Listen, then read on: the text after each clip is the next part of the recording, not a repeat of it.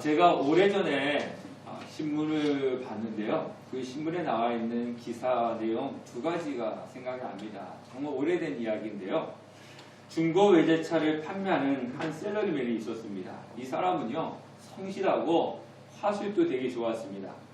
그래서 많은 고객을 끌어모을 수 있었습니다. 근데 문제는 처음 사람을 만나서 판매를 결정하는 데까지는 순조롭게 잘 진행이 되는데 매번 마지막 이 계약서에 사인을 하려고 하는 그 순간에는 거절을 당하는 것입니다.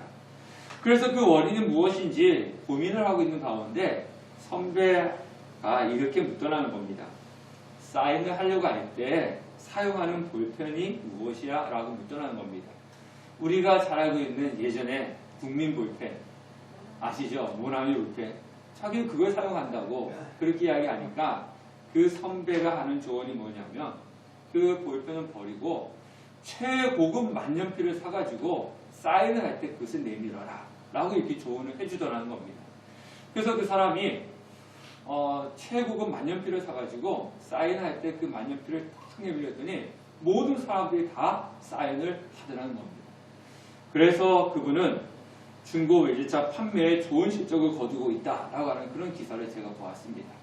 또 하나는요, 강남의 옷가게에서 일어났던 일입니다. 그 가게에서 잘 판매가 되지 않는 저렴한 옷이 있었습니다. 보통 우리가 길을 걷다 보면 그 옷 앞에다가 이제 뭐 가격을 이렇게 붙이지 않습니까? 가격을 붙여 놓았는데 어느 날 아르바이트생이 실수로 그 판매 가격에다가 영자를 하나 더 붙여놨답니다. 그런데 놀라운 일이 일어났습니다. 그 전에는 그 옷을 쳐다보지도 않던 사람들이 그 옷을 사기 시작해가지고 순식간에 그 옷이 품절됐다는 거예요.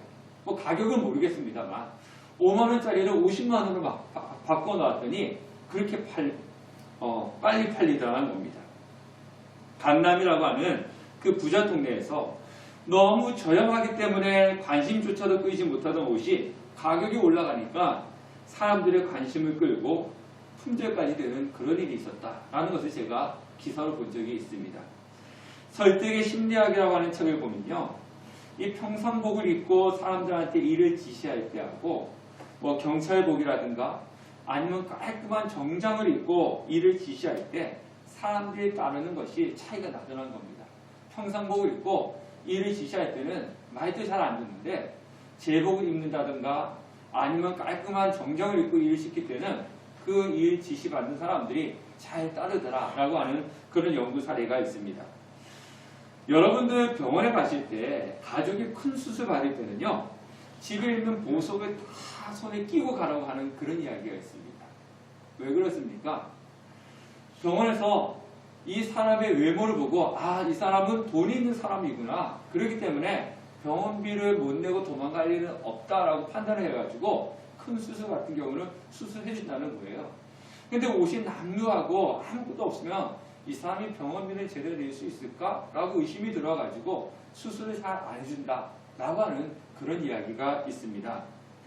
모든 것이 다 그런 것은 아니지만 이러한 이야기가 나오는 이유가 무엇이겠습니까? 마음이 불편하고 편하지는 않지만 사람들은 외적인 것을 보고 판단을 하는 경우가 많이 있기 때문에 이런 말이 나오는 것입니다. 똑같은 말을 하더라도 누가 하느냐에 따라 가지고 듣는 사람들에게는 영향력이 달라지는 것입니다. 제 이 작은 교회 이름도 없는 제가 이야기를 하는 것과 한국에서 대형교회 유명하신 목사님께서 저와 똑같은 이야기를 하더라도 듣는 사람들은 제가 얘기할 때 듣는 것과 그 유명하신 목사님이 말씀하실 때 들을 때 받아들이는 것은 차이가 있습니다. 예수님께서 마귀의 시험을 물리치신 후에 성령의 능력으로 갈릴리로 돌아오셔가지고 가르치시기 시작하시고 많은 사람들로부터 칭송을 받았다라고 말씀하고 있습니다. 그리고 예수님은요, 자신이 자라나신 곳 나사렛에 이르렀습니다. 갈릴리와 나사렛은 다른 동네가 아닙니다. 그러니까 갈릴리 지역 안에 나사렛이라고 하는 동네가 있는 거예요. 그러니까 남양주시 안에 다산동이 있는 것처럼 그런 관계 속에 있습니다. 예수님께서 안식일에 늘 하시던 대로 회당에 들어가서 이사야 말씀을 읽었습니다. 그리고 그 말씀에 대해서 가르쳐 주셨는데요. 예수님께서 회당에서 읽은 말씀은 이사야 61장 1절 말씀입니다. 오늘 누가복음 18절과 19절의 말씀이 나오고 있는데 우리 다 같이 한번 읽어보도록 하겠습니다. 시작. 주의 성령이 내게 임하셨으니 이는 가난한 자에게 복음을 전하게 하시려고 내게 기름을 부으시고 나를 보내사 포로된 자에게 자유를 눈먼 자에게 다시 보게 함을 전파하며 눌린 자를 자유롭게 하고 주의 은혜를 전파하게 하려 하심이라 하였더라. 누가 포로된 자에게 자유를 주며 눈먼 자에게 다시 보게 하고 눌린 자에게 자유롭게 하며 은혜를 전파할 수 있겠습니까? 이것은요 오직 메시아만이 하실 수 있습니다. 메시아가 하는 일이기 때문에 그렇습니다. 그래서 예수님은 자신이 이 땅에 오셨기 때문에 21절 말씀 보면 너희 귀에 응했다. 지금 이사야 61장 말씀이 너희 귀에 임했다. 왜? 예수님이 이 땅에 구세주로 메시아로 오셨기 때문에 그것이 이루어졌다라고 말씀을 하고 있습니다. 그런데 예수님의 가르침을 받은 나사렛 사람들의 반응은 어떠합니까? 그들은 놀랐어요. 첫 번째, 예수님의 말씀은 그들이 이제까지 들어보지 못한 은혜로운 말씀이었습니다. 또 나사렛 사람들은 예수님의 그 은혜로운 말씀을 듣고 칭찬하고 더 나아가서 감탄을 했습니다. 우리 같으면요 정말 그 말씀을 듣고 칭찬하고 감탄했다면 예수님의 가르침을 받고 은혜를 받고 그렇다면 예수님을 따라가는 것이 맞는 거 아니겠습니까? 예수님을 받아들여야 되는 것이 맞는 거 아니겠습니까? 그러나 나사렛 사람들은요 예수님의 가르침을 받고 놀라고 감탄을 하면서도 무엇이라고 얘기하고 있냐면은 22절 말씀 보면 이 사람이 요셉의 아들이 아니냐 이렇게 이야기합니다. 자, 마태복음 13장과 마가복음 6장에는요 이렇게 기록하고 있습니다. 마태복음에 보면 이는 그 목수의 아들이 아니냐, 그의 어머니는 마리아, 그 형제들은 야고보, 요셉, 시몬, 유다라 하지 않느냐, 그 누이들은 다 우리와 함께 있지 아니하냐, 그런즉 이 사람의 이 모든 것이 어디서 났느냐 하고 예수를 배척한지라. 마가복음에는요 이 사람이 마리아의 아들 목수가 아니냐, 야고보와 요셉과 유다와 시몬의 형제가 아니냐, 그 누이들이 우리와 함께 여기 있지 아니하냐 하고 예수를 배척한지라. 이렇게 말씀하고 있습니다. 이 사람이 요셉의 아들이 아니냐라고 하는 이 말에 어떤 의미가 있겠습니까? 예수님께서 이사야의 말씀을 풀어주시는 그 말씀은 너무나 권위 있고 놀랍지만 하지만 예수는 우리가 알고 있는 목수의 아들일 뿐이다 라는 그런 의미를 가지고 있는 겁니다. 그들은 예수님의 말씀을 받아들이지 못했습니다. 요셉의 아들이라고 하는 말은요 예수님은 하늘에서 오신 분이 아니라 자신들과 똑같은 인간이고 그리고 천한 목수뿐이다 라고 하는 그런 의미를 가지고 있습니다. 그들은 예수님을 평범한 목수의 아들이며 외적인 조건 때문에 말씀을 들을 때 은혜를 받긴 했지만 그것이 지속적으로 유지되지 못했던 겁니다. 그래서 예수님을 메시아로 인정할 수 없다라고 그렇게 말씀을 하고 있는 겁니다. 나사렛 사람들은요 예수님은 그냥 훌륭한 목수야, 아니면 인품이 좋은 그냥 사람이야 이렇게 여겼지만 그 이상의 어떤 존재로 인정을 하지 않았습니다. 왜냐하면 예수님이 가지고 있는 겉모습에 주목했기 때문에 그렇습니다. 그래서 결국 나사렛 사람들은요 자신들 가운데 예수 그리스도와 같이 있었고 놀라운 구원의 복음을 들었음에도 불구하고 결국은 예수님을 배척하고 말았습니다. 그들은 예수님의 말씀을 듣는 것은 좋았지만 내가 예수님이다, 내가 그리스도다라고 고백하는 밝히는 예수님을 인정할 수가 없었던 겁니다. 나사렛 사람들이 예수님께 기대했던 것은 무엇이었겠습니까? 이 사람들은요 예수님이 다른 지역에서 이적을 베풀고 기적을 베풀었다는 소식을 들었습니다. 그래서 자신들에게도 무엇을 해주기를 기대했겠습니까? 다른 동네 사람들처럼 다른 동네에서 행했던 것처럼 이적을 베풀어주고 기적을 베풀어주기를 원했던 겁니다. 그래서 이 사실을 한 예수님이 23절 말씀 보면 이렇게 말씀하고 있는 겁니다. 23절에 예수께서 그들에게 이르시되 너희가 반드시 의사야 너 자신을 고치라 하는 속담을 인용하여 내게 말하기를 우리가 들은 바 가버나움에서 행한 일을 내 고향 여기서도 행하라 하리라. 뭡니까? 예수님께서 이적을 보여주는 것이 아니라 자신이 이사야 선지자가 예언한 메시아 그리스도가 바로 자신이라고 선언을 하였습니다. 그때 나사렛 사람들은 당신은 목수의 아들이고 천한 목수이기 때문에 죽었다 깨어나도 당신은 메시아가 될 수가 없다. 그러니까 단지 이적을 베푸는 정도의 사람밖에 되지 않으니까 우리에게 그 이적을 보여달라. 이것이 지금 나사렛 사람들이 예수님께 요구하는 것이었습니다. 이런 나사렛 사람들이 반응에 예수님은 24절의 말씀 보니까 또 이르시되 내가 진실로 너에게 이르노니 선지자가 고향에서 환영받는 자가 없느니라. 고향 사람들이라면요, 자신의 고향 사람이 위대한 하나님의 나라를 선포하고 하나님 일을 한다라고 생각할 때 환영해야 되는 것이 마땅하지 않겠습니까? 자, 우리나라만 그런지 모르지만 우리나라 정치인들 대부분 자기가 출마할 때 어디 가서 출마합니까? 자신이 태어난 고향에서 출마를 하지 않습니까? 그리고 자신의 고향 사람들은 그 정치인의 든든한 그 지지기관이 되어집니다. 우리 전직 대통령들도 보면 그러잖아요. 다른 데서는 다 손가락질 하더라도 그 대통령이 태어난 고향 사람들만큼은 그 사람들 우리가 남이야 이러면서 지지해주고 따라주고 그러지 않습니까? 뭐 대통령뿐만 그런 것은 아닙니다.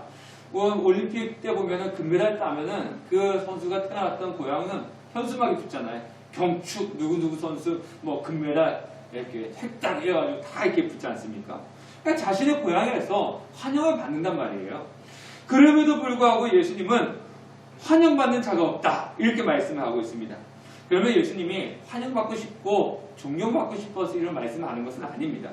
환영받다, 마태복음, 마가복음에서는 존경받다 이렇게 표현하고 있는데요. 여기서는 단순히 존경을 받지 못하는 정도가 아니라 자신의 가족과 친척과 고향 사람들이 비천하게 대하다라고 하는 그런 의미를 가지고 있어요. 그러니까 예수님은요, 이 고향 사람들부터 환영을 받은 것이 아니라 뭐를 받은 거예요? 경멸을 당한 거죠. 경멸을 당한 겁니다. 그래서 오늘 누가복음에 보니까 이 나사렛 사람들이 예수님을 산 낭떠러지까지 끌고 가가지고 미쳐 떨어뜨리고까지 그렇게 하였습니다. 예수님은 이들에게 엘리야 시대의 사렙과 과부와 엘리야 시대의 나병 환자 수리아 사람 나아만의 얘기를 들고 있습니다. 사렙과 과부와 나아만 장군은요, 이스라엘 백성이 아니라 이방 사람들이었습니다. 그럼에도 불구하고 엘리야를 영접하고 엘리사로부터 하나님의 기적을 경험한 사람이 누굽니까?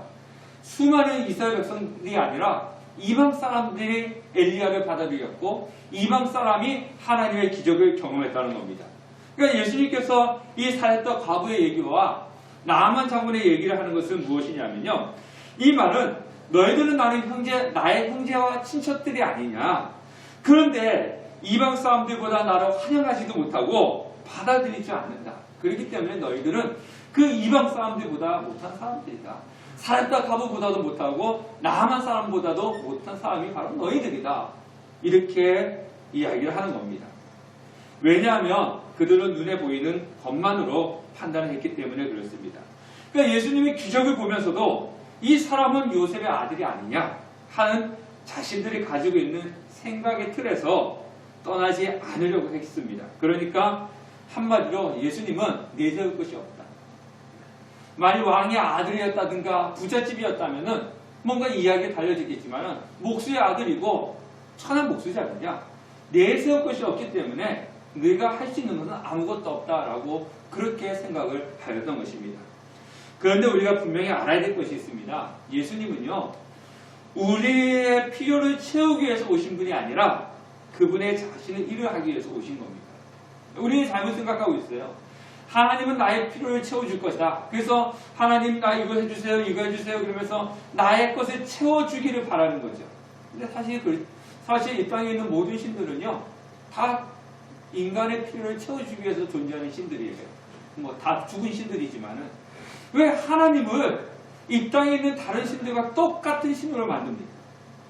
하나님은 나의 필요를 채워주기 오신 분이 아니라, 예수님은 그분이 아니라 자신의 일을 하기 위해서 오신 것입니다. 그런데 자유를 주시는 메시아를 보지 못하고 자신들이 알고 있는 목수의 아들 예수만 보았던 것입니다. 그래서 예수님의 본래 모습을 보지 못하고 참된 기쁨을 누리지 못한 겁니다. 우리는 목수의 아들이라고 하는 예수의 틀에서 벗어나야 됩니다. 나사렛 사람들은요, 예수님을 목수의 아들이라고 하는 틀 속에 갇혀 있었습니다. 그러니까 아무리 큰 이적과 기적을 베풀어도 메시아의 증거를 보여주어도 그들에게는 한낱 예수님은 목수의 아들이었고 천한 목수에 불과하였습니다. 그래서 이 틀이 깨어지지 않는 한 나사렛 사람들은 예수님을 구주로 받아들이지 못했던 것입니다. 우리도 이 틀을 가지고 있지 않습니까? 교회에 오래 다니시는 분들은요, 자신들만의 신앙의 틀 안에 갇혀 있습니다. 그래서 지금까지 신앙생활했던 것과 뭔가 다르면은 틀렸다고 생각하는 경우들이 참 많이 있습니다. 예전에 제가 부목사로 사역하던 교회에 있었던 일입니다. 새벽 기도를 하는데 두 분의 권사님이 싸우시는 거예요. 그 싸운 이유가 뭐였겠습니까? 어떤 권사님은 조용히 기도하시는 분이고요. 또 어떤 권사님은 통성으로 기도하시는 분이세요. 그런데 안 맞잖아요.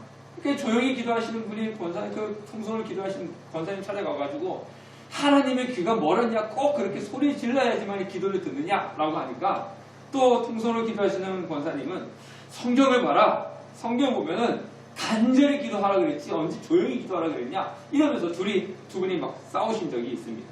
두 분의 이야기 틀린 거 아닙니다. 두 분 다 맞습니다. 조용히 기도하셔도 되고 통성을 기도하셔도 됩니다. 근데 교회에 오래 다니신 분들은요, 자신이 겪어왔던 신앙의 경험의 틀을 매우 중요하게 생각을 합니다. 저희 교회도 작년에 저희 몇 달 동안 저희 교회 섬기신 분이 있었잖아요.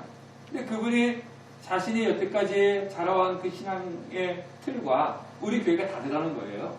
그래서 교회를 떠나셨습니다. 진리의 문제가 아닌 이상 우리는 내 신앙의 틀을 깨트리셔야 됩니다. 그래야지 더 큰 하나님의 은혜를 경험할 수가 있는 것입니다. 우리 교회가 가지고 있는 틀은 무엇이겠습니까? 우리 교회가 가지고 있는 틀. 우리 교회는 작은 교회야. 우리 교회는 개척교회야. 이런 틀을 우리는 깨트려야 됩니다. 우리처럼 이 작은 개척교회가 무엇을 할 수 있을까라고 하는 그런 생각들을 가지고 있지 않습니까? 우리는 그 틀을 깨트리셔야 되는 거예요. 사실 요즘처럼 코로나로 모이기 힘든 시대이다 보니까 자영업자들이 힘들고 어렵다라고 막 매일같이 매스컴에 나와서 정말 자영업자들이 힘들고 어려운 것 같습니다. 그런데 그 자영업자들만큼 한국 작은 교회가 매우 힘들고 어렵습니다. 심각합니다. 고충이. 상가교회는요, 매달 나가는 임대료 걱정을 해야 되고 그 임대료를 내지 못해서 문 닫는 교회가 지금 부지기수로 일어나고 있습니다. 작년에 코로나로 어려운 교회들 임대료 대납운동이 일어났었고요. 또 얼마 전에는 요즘 한파로 많이 추운데 난방을 하지 못하는 교회들이 있다 해가지고 난방비 지원해주는 그런 교회도 있습니다. 심각한 거죠. 여기저기에서 여러 목사님들께서 저에게 전화를 걸어주셔가지고 요즘 어떻게 지내냐, 힘들지 않냐, 교회 건물 임대료는 제대로 내고 있냐, 또 심지어 어떤 분은 이런 이야기도 합니다. 밥은 제대로 먹고 사냐. 그러면서 쌀까지 보내주시는 그런 목사님도 계십니다. 그만큼 지금 작은 교회들이 자영업자들보다 더 힘든 시기를 겪고 있다는 거죠. 이럴 때 제 자신도요, 우리 교회처럼 작은 교회가, 개척교회가 무엇을 할 수 있겠어? 요즘 같은 시국에는 성도님들이 떨어지지 않고 예배만 참석해 주셔도 감사하고, 요즘 같은 시대에는 임대료만 제때제때 내기만 해도 다행이지 라는 그런 생각을 저도 갖고 있습니다. 그러다 보니까요, 그러다가 어느 순간 아니다, 우리도 이 작은 교회, 개척교회라고 하는 이 작은 교회가 뭘 할 수 있겠어? 라고 하는 그 생각을 좀 깨트려야겠다 라고 하는 그런 마음이 들었습니다. 늘 우리는 작은 교회야, 개척교회야, 우리가 무엇을 할 수 있어? 우리는 아무것도 할 수 없어. 이런 마음, 이런 생각을 가지고 있었는데, 이런 생각을 계속 갖고 있으면은 우리 교회는 아무것도 할 수 없는 교회가 되고 말 것이다 라는 그런 생각이 들었습니다. 그래서 지난 성탄 감사헌금을 제가 신학기 입학하시는 전도사님 입학금에 조금이라도 보탬이 되자, 그래서 모아서 드리자라고 제가 말씀을 드렸습니다. 그런데 뜻을 세우니까요. 하나님께서 전혀 생각하지 못한 사람들이 성탄 감사헌금을 우리 교회에 보내주셨습니다. 그래서 우리 교회 성도님들의 성탄 감사헌금을 한 만큼 보내주셨어요. 그 뭐 액수가 다 합쳐도 그렇게 많지는 않지만은 어쨌든 저희 성도님들이 했던 헌금 플러스 곱하기 2 해가지고 그 액수를 그 전도사님에게 조금이라도 보탬이 되고자 보내드렸습니다. 작은 교회, 개척교회라고 하는 이 틀을 우리는 깨야 됩니다. 그때 하나님께서 놀랍게 역사를 하시는 겁니다. 여러분들도 마찬가지입니다. 내가 뭐 할 수 있겠어? 나는 그냥 주일에 교회 마당만 밟는 그런 사람밖에 되지 않아. 나는 교회 다닌 지 얼마 되지도 않아서 기도도 제대로 못하는데 내가 무엇을 할 수 있겠어? 라고 하는 그 틀을 여러분들은 깨셔야 되는 겁니다. 그 틀을 깨는 순간에 하나님께서 역사를 하시는 것입니다. 나사렛 사람들은요, 그 틀을 깨뜨리지 못했습니다. 목수의 아들 천한 목수가 무슨 그리스도야? 그냥 이적이나 기적이나 일으키는 정도지 어떻게 온 인류를 구원할 수 있는 메시아가 될 수 있겠어? 턱도 없는 소리 하지 마. 이런 틀 속에 갇혀 있었습니다. 그 틀 속에 갇혀 있다 보니까 마태복음과 마가복음에 보면요, 예수님께서는 나사렛에서 소수의 병자만 고칠 뿐 많은 능력을 행하지 않으셨다라고 얘기하고 있습니다. 틀 속에 있으니까 예수님께서 더 큰 기적과 더 큰 이적을 그곳에 보여주지 않는 거예요. 그러니까 소수의 병자만 고치고 만 거죠. 다른 동네처럼 가버나움처럼 예수님을 단지 목수의 아들이 아닌 메시아로 믿고 받아들였다면 나사렛도 다른 동네처럼 많은 은혜를 받았을 것이고 많은 기적과 이적을 체험하였을 것입니다. 2021년도 우리 교회 표어가 무엇이라고 했습니까? 다시 한번 크게 한번 외쳐볼까요? 시작! 하나님의 기적을 경험하자. 그러면서 함께 예배하는 교회, 함께 기도하는 교회, 함께 성장하는 교회. 자, 하나님의 기적을 경험하자 할 때 여러분들이 어떤 생각이 드십니까? 과연 일어날까? 아니면은 매년 교회 표어는 그럴싸하게 잡는데 보니까 1년 동안 아무것도 일어나지 않고 똑같더라. 이런 생각이 드십니까? 하나님의 기적은요, 내가 가지고 있는 이 작은 틀을 깰 때 시작이 되는 것입니다. 2021년도에 우리 교회는 개척교회야, 우리 교회는 작은 교회야, 이런 틀을 깨뜨리시는 그런 한 해가 되었으면 좋겠습니다. 그래서 다른 큰 교회보다 더 하나님께 쓰임 받는 한 해, 그리고 다른 교회보다 하나님의 기적을 더 많이 경험하는 그런 한 해가 되기를 주님의 이름으로 축원합니다. 우리 성도님들도 장로님, 권사님과 같은 그런 믿음의 연륜은 잊지 않고 부족하고 연약한 믿음을 가지고 있지만, 그러나 나같이 연약한 사람이 무엇을 할 수 있어? 이 틀을 깨뜨릴 때 하나님은 여러분들에게 지금까지 경험하지 못한 놀라운 은혜의 기적을 경험하는 그런 한 해로 만들어 주실 것입니다. 내가 믿는 예수님은 한낱 목수의 아들 천한 목수라고 하는 그 틀을 깨뜨리고 만왕의 왕이시고 온 우주의 창조자이심을 믿으시는 그런 성도님 되시길 바라겠습니다. 그 예수님이 2021년도 한 해 우리 함께하는 교회와 우리 모두에게 놀라운 기적을 경험하게 해 주실 것입니다. 그 기적을 경험하는 우리 함께하는 교회와 성도님 되시기를 주님의 이름으로 축원합니다.